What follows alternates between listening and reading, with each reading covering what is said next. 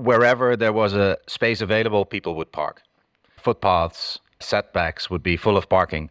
There was no more space to walk on the footpath, so people walked on the street. Bike lanes no longer were bike lanes because people were parking there. Buses couldn't stop at the bus stops because people would park there. Little parks and public spaces would be taken over by parking. So literally, there was parking everywhere.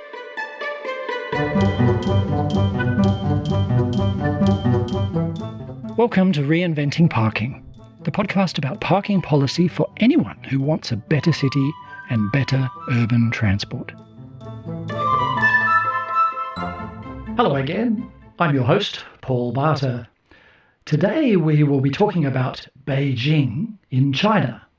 And I'm hoping that this episode of Reinventing Parking will offer encouragement and hope for those of you in cities where the parking situation seems too daunting to tackle or maybe even out of control. I visited Beijing many times between about 2010 and 2014, and the parking problems were just about the most extreme I had ever seen. So I was very interested to see an article about progress on Beijing parking in the November 2022 edition of Sustainable Transportation magazine, which is the magazine of the American non-profit organization, the Institute of Transportation and Development Policy, or ITDP. The article is entitled How Beijing is Rethinking Parking and Reclaiming Public Space by Shaokun and Bram van Ooijen. As the title suggests, Shaokun and Bram's article shares the good news that the parking situation in Beijing has been improving. And I have to admit that came as a great surprise to me. So I reached out to find out more. And I'm very, very happy to now welcome Shaokun and Bram to the show, as well as Shaokun's colleague, Huang Yangwen. Thank you very much for joining the Reinventing Parking podcast. Thank you. Thank you. Thanks for having us, Paul. So let me very quickly introduce my guests, and then we'll get into our conversation about Beijing's parking reforms. Liu Shaokun is the Vice Country Director of ITDP China, and he has been working on sustainable transport since about 2009.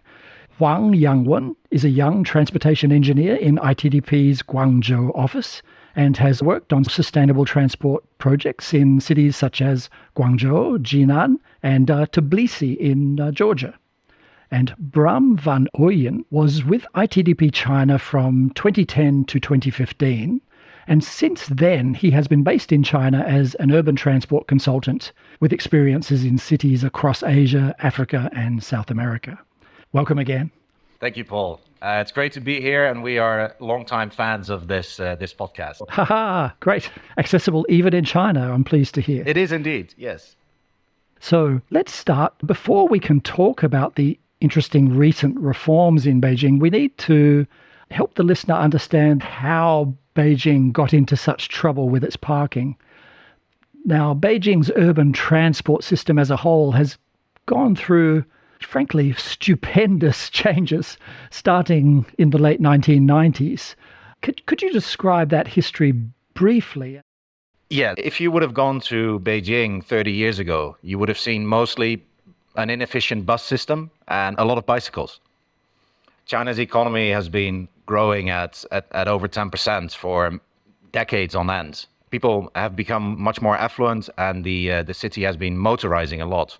Every foreign car brand wanted to be in China because this is where you could make most money. And lots of those cars were sold in Beijing as well, but also quickly ran into the common problems of traffic and parking problems. So as quickly as Beijing got itself into trouble with transportation and parking, it also just as quickly has found ways to work itself out of that and come up with policies and parking systems and enforcement that does work. So I think it's a very interesting place and a lot of lessons can be learned. That's what we hope to unpack. I wonder if we could perhaps just put some numbers on some of those trends. The car ownership in 2004 was around 1 million private vehicles. And the city by now is 22 million. By then, maybe it was around 13, 14, 15 million, I would guess. 1 million Okay. cars. So that's pretty low. And the number of parking places in that same year was around the same number. So about a million cars, about a Okay. million parking spaces in 2004. Then 7 years later, in 2011, car ownership went up to 3.5 million, from 1 to 3.5. And parking spaces went up from 1 to 2.5 million. Beijing built a lot of parking places from 1 to 2.5 in 7 years, but still it was far short. So with all these buildings being built and all this off-street parking that came with it, the formalization of on-street parking places, the removal of public spaces and that were transformed into parking spaces, all of that, this massive effort was still not enough. So Yes. in the early 2010s, Beijing sort of realized that this approach no longer works. We have to come up with better policies and really formalize our parking better. Maybe could one of you paint a little bit of a picture of if you visited 10 years ago in Beijing, what would you have seen in terms of parking in various kinds of districts? Yeah. Wherever there was a space available, people would park. Footpaths, setbacks would be full of parking. There was no more space to walk on the footpath, so people walked on the street. Bike lanes no longer were bike lanes because people were parking there. Buses couldn't stop at the bus stops because people would park there. Little parks and public spaces would be taken over by parking. So literally, there was parking everywhere. And that impacted not only pedestrians and cyclists and bus users, but also traffic itself. The roads got blocked by illegal parking. Traffic was circling just to find space. So this wasn't working for anyone. Even inside residential compounds, That's right. Yes.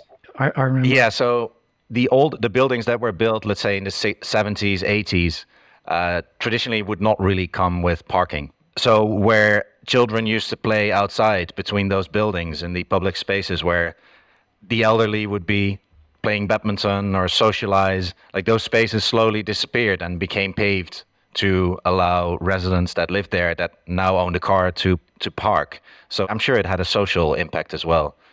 But there was one kind of off-street parking that was rather empty. What was that story? Yeah, so in the early 2010s, Beijing realized that they had to do things differently. The Asian Development Bank was helping Beijing as well improve its transportation systems, and one of the studies that was done by us, by ITDP, on developing a parking guidebook for Beijing, analyzing the current situation, identifying the problems, and coming up with improvements to policies. And we worked with the local government officials and local planners and engineers. And I remember from that time that the engineers and planners would often agree with the more modern lessons that we've learned on parking in some of the bigger American cities or in European cities. They would agree, they understand this was the only way to organize parking, to manage it, to price it, to enforce it. They knew, but especially government officials would find it difficult to implement this because they would feel it would be too harsh on drivers. If they can't park on the street and we make that difficult for them and we make that expensive for them, then where are they going to park? But when we showed the surveys and said, look, on the street, it looks like a mess. But when you look at the off-street parking, the parking garages just adjacent to these messy streets, you would often find massive vacancies. There were more empty places than places used. And the reason for that was that you had to pay. There was a fee. On the street, there was sort of a fee as well. There was a parking fee set by the government that was supposed to steer demand away. But what was written on paper was not the practice on the street. The streets were operated on private concession basis. These were private companies that paid a certain fee to the government for the right to operate, and they charged supposedly what the government had given them. But in reality, they charged whatever they liked. So sometimes they might have charged more than the government fee, but then very often less, just depending on pragmatic considerations. That's right, yes. And they would often operate more spaces than they were given. So they figured, well, the footpath is not really part of my concession, but if I operate there, who's going to care? And if someone makes trouble, I will tell them, like, look, I have the residents complaining that there's no place to park, so come on. And the big problem with all of that is that there was no enforcement. So people would pay for free or pay very little money on street while off-street parking was sitting empty. And having worked all around China and in Asia, this is the situation everywhere. So Yeah. you see a mess on the street, and the initial idea and the things that people do is, all right, we don't have enough parking places. We need to build more. Where if you delve a little deeper, you find out that you don't have a parking supply problem, but you have a parking management problem. It's an important lesson, I guess, for other cities in implementing parking pricing. It is important to do it well. It doesn't have to be perfect, but clearly Beijing was not done well enough to achieve the goals that the city wanted. Yes, that's right. And institutionally, they were not set up for it either. The streets were operated manually. People would pay in cash to private parking operators. There was no data on parking demands, on parking space usage, on turnovers, on revenue. Everything was unknown. And the enforcement in China comes down to the traffic police. And they had no capacity to manage all this illegal parking. Okay. I'm curious, how did that change? Because fast forward to today, we see that Beijing has changed. What happened between 2012 and, say, 2018 to bring about change? Maybe everyone know 10 years before, the air pollution is very bad in Beijing. And at that time, everyone in Beijing will talk about air quality. And at that time, the China national policies also have a very big change. And Xi Jinping said, 金山银山不如绿水青山. It's in English, it's a golden mountain and a silver mountain is not as good as the green mountain and the green waters. So the environment is becoming very important and is well supported by the people. Let's just pause there because that was an important point. So under the previous leadership, there was a certain reluctance to take bold measures that might upset certain stakeholders. And so there was this emphasis on harmony. Whereas under the new leadership, there was a new determination to do what was necessary. And this slogan was related to the environment case of that. So when the enforcement was made more strict, did motorists get angry with the Beijing government? We also saw some of the videos or some pictures to show that the people is not easy to accept this. But it's Beijing government also do a lot of communication with the public. And it also is not changed one night. It's changed step by step. So it's from 2016 to now, the policies change step by step. And I also want to mention some background. Maybe not too many people know around 1995 or 1996. At that time, Beijing, if you want to buy a vehicle and get a vehicle license, you must buy a parking space or rent a parking space. It's like a Japanese. Yes. Okay. Interesting. Yes. But after 2000, the life is better economically. And the national policies also support the vehicles industry development. And people also want to buy a vehicle. So could you say a little bit about that big change in 2011, the policy towards cars in Beijing? So the car ownership in Beijing is around 5 million. It's very huge numbers. And the city infrastructure is not suitable. So Beijing make a new policy. 1 year, only 100,000 vehicles can have the license in Beijing. So so since then, the number of cars in Beijing has increased only very slowly. Yes, it's slowly. So there were big changes in policy and in the official attitudes around 2010, 2011, 2012. But the parking situation didn't really change until about 2016. Is that correct? Yes, some things have changed between these 5 years and in 2018. Beijing published a new parking regulars. They said if you want to use a parking, you need to pay for that. It's the policy not like before. That is a big change. Okay, so the really big change in the official policy about parking came in 2018 with the publication of this new parking regulation. Is that correct? Yes. So when you visited Beijing, Paul, and when we did our study in Beijing, the policies were pretty good, but they were just not really the reality on the street. But in 2016, they decided we really have to change. And this communication campaign that started then towards the public to explain why this is necessary, that continues until today. But Okay. the original policies plus improved policies have been coming out every year. There's changes to parking in sort of the right direction. And I think what also helped is that the transportation alternatives over those years, since the early 2010s, have improved drastically. If you look, for instance, at the metro lines, in the 2010s, there were not even 10 metro lines, which sounds like a lot, but it didn't cover much of Beijing. But since 2010, the metro network has more than doubled. I think in the past 10 years, I checked data. There were 11 new metro lines in Beijing, and there's 341 kilometer increment of the total mileage.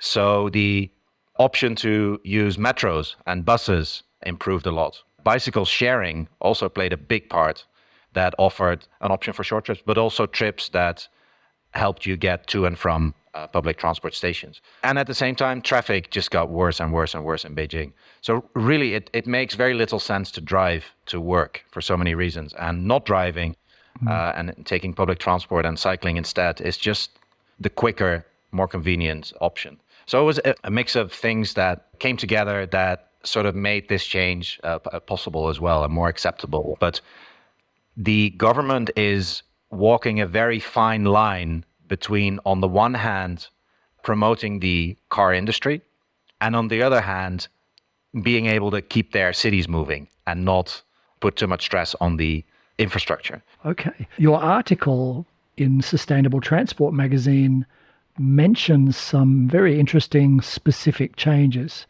For example, improvements to enforcement, improvements to the pricing of on-street parking. There was deregulation of the off-street parking prices, and also changes to the off-street parking minimums and maximums. Perhaps could you tell us, Shaokun, what were the specific reforms that you think are the most important ones? Okay, so the big thing is like every parking space need to be paid. You need to pay for the parking. And that is a very important thing. Big policy change. And based on the regulations, the different departments have the power to do better enforcement. And they do the enforcement is step by step. They didn't do that in like after one night, all the street do the same enforcement, but they choose some important street and do the enforcement and make sure people can accept step by step. So Okay, so the step by step was geographical. So some places got excellent enforcement all of a sudden, but not everywhere. yes, not everywhere. Yes, Okay. and give some time to people can know for that, and also give some like time to the government to do some planning or do some works to manage this. So the second step is the smart on-street parking system. It's around like 100,000 on-street parking system. Okay. When you say smart parking, does that mean the payment is smart, or did they also have some kind of data on which parking spaces are empty and which parking spaces are full? The paid used by phone, by app. So all of the money go to the government. And the second is like all of the data is back to the government database, and the government know which street is high occupancy and which street is low occupancy. And the third one is like the enforcement is by camera. The camera can scan the vehicles license. So if you are illegal parking, the system will send a message to the car owner's phone. And they also, for some street, they also use the back and vehicles cameras to scan the vehicle's license. Okay. So there are stationary cameras for enforcement, and there's also mobile cameras on cars or bicycles or motorbikes. Yes. Electric scooters. Yeah, or electric scooters. Yes. Okay, interesting. But Okay. so Okay. maybe just to reiterate also where parking was operated before 2016 by private operators who just try to maximize their own revenue. The parking warden was underreporting his revenues to his boss at the company, the parking operating company. And the parking operating company was underreporting their revenues to the government so that they would pay a lower concession fee. Now, these 100,000 parking places in the center of the city were taken back by the government. And they started operating the on-street parking system under their prices, under their control, with the parking fee no longer being paid to parking wardens' hands. And this is also this mix of things that changed in Chinese society. One is the use of mobile payments, which were here at such a large scale much earlier than in the West. Like, I no longer have a wallet in my pocket for the past 5 years. Everything I pay is on mobile phones. So for parking, all the revenue is shared with the government, is paid to the government. And it's linked. I don't own a car, but if I had one, my phone number, my identity, my car is all linked. And through this automation, you have all the data, you have all the revenue, and you can enforce much more efficiently. Like Shaokun said, you can send a warning message to a driver who parks illegally or in an illegal location, or someone who didn't pay. You tell them, if you don't pay, you get a fine, or fining people. All of this is automated through cameras above the street or through electric scooters that ride along the streets with cameras with license plate recognition. So everything is automated. So this makes managing on-street parking in a city of 22 million people makes it achievable, where with just manual labor, this would be harder. What's the experience of using the parking system? Is it a terrible experience now to be a motorist in Beijing, or is it better than it was 8 years ago, 10 years ago? I think it's better now. So imagine we need to go to the CBD in Beijing, the Central Business District. And I just go there for business and I just need about 2 hours. And 10 years before, the parking situation there is chaotic and lots of illegal parkings. And the parking operators will charge some illegal parking fees. And there's no shared parking there. So if I am a visitor and I want to go to the CBD, it's quite troublesome for me. So after the parking reform, I go there and I just need a quick parking. I can just park in the paid on-street parking. And the parking fee is reasonable. Like in the third ring, it's 2.5 yuan per 15 minutes. So if I want to park for 2 hours, I just need to pay about 20 yuan. It's quite affordable for me. And the quick and convenient payment through the Beijing Transportation app is quite convenient. And I just need to go back to my car and see my phone and just pay it. Yeah. Okay, so 20 yuan is about $4, I guess. Is three, that right? $3. Yeah. 3, okay. And I just need to turn on my phone and I paid it and I go. In some countries, there's been a lot of resistance when there's a proposal to just have payment by phone. People say, no, people need to have the option of using cash or credit card, not just phone. But in Beijing, to pay for parking, phone is the only way to pay for parking. If your phone battery is dead or something is wrong with your phone, then you... I understand where your question is coming from.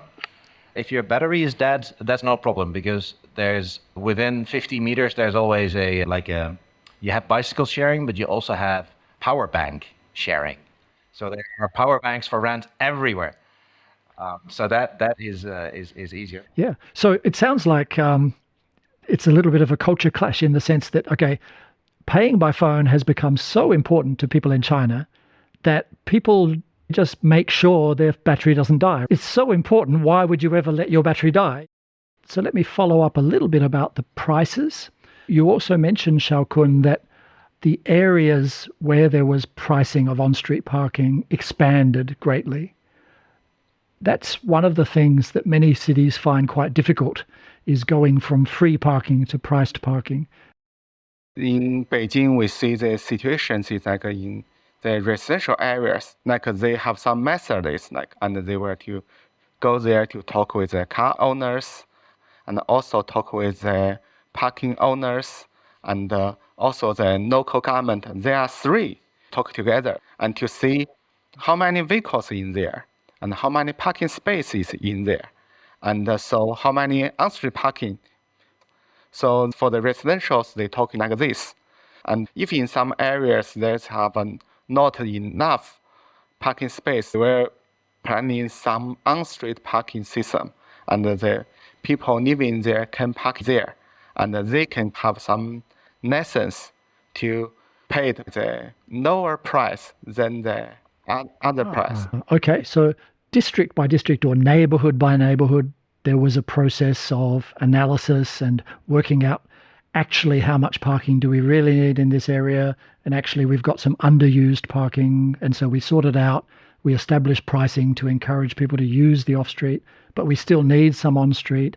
And then the last thing that you mentioned was if some of the residents still need to park on the streets, that's okay. And you used the word license, but we would normally call that a residential parking permit. So residential parking permits where they pay maybe a monthly fee. No? If you have the residential license, they pay the special fee that is less than the on-street parking fee. That is decided by the district, but the city government gave a suggestion price. That price is much lower than the normal you use on-street parking. That's fascinating. So it's still a fee per hour. So I assume maybe there's a certain fee in the daytime and a lower fee at nighttime, something like that. Yes. But even the residents are paying by the hour. It's just they're paying much lower. Yeah. So this is a fascinating variation on the idea of residential parking permits. Thank you. And another big change is they gave the power to the private parking space owners. You can charge what's the price you want. The price is by the market. The parking price is market parking price. That's very interesting, and some listeners may be surprised. Why are you bothering to say that? That's normal, but in Beijing and many other Chinese cities, privately owned parking that is open to the public used to be price controlled. There was a price bureau price. But since a certain year, I think maybe it was at 2016, 2017, that has changed, and I could now charge whatever the market price that I think is about right for the area. One last thing about on-street parking, something that you mentioned in your article was that the improvement in behavior is partly because of improved enforcement, but there has also been improved design of the streets. And you particularly mentioned bollards. Can you say a little bit more about that design side of the story? Yes, and for the Beijing parking policy making, that is not only about parking, it also need to be suitable for the city, the whole transportation policies. And the Beijing city policy found if only the public transportation is not enough. So now the cities also encourage the bicycle use and also encourage the people to walk. So they make the priorities walking, cycling, public transportations. They build the high quality bikeway on the road, and they use borders to make sure the vehicle can't drive in the sidewalk. And we saw the data is more and more people use bicycles, and the street is come back to the people. Excellent, yeah. Beijing is not covered by Google Street View, but the website Baidu also has like a Street View equivalent, and you can see what these bollards look like and see what these new high-quality bicycle paths look like. So Baidu.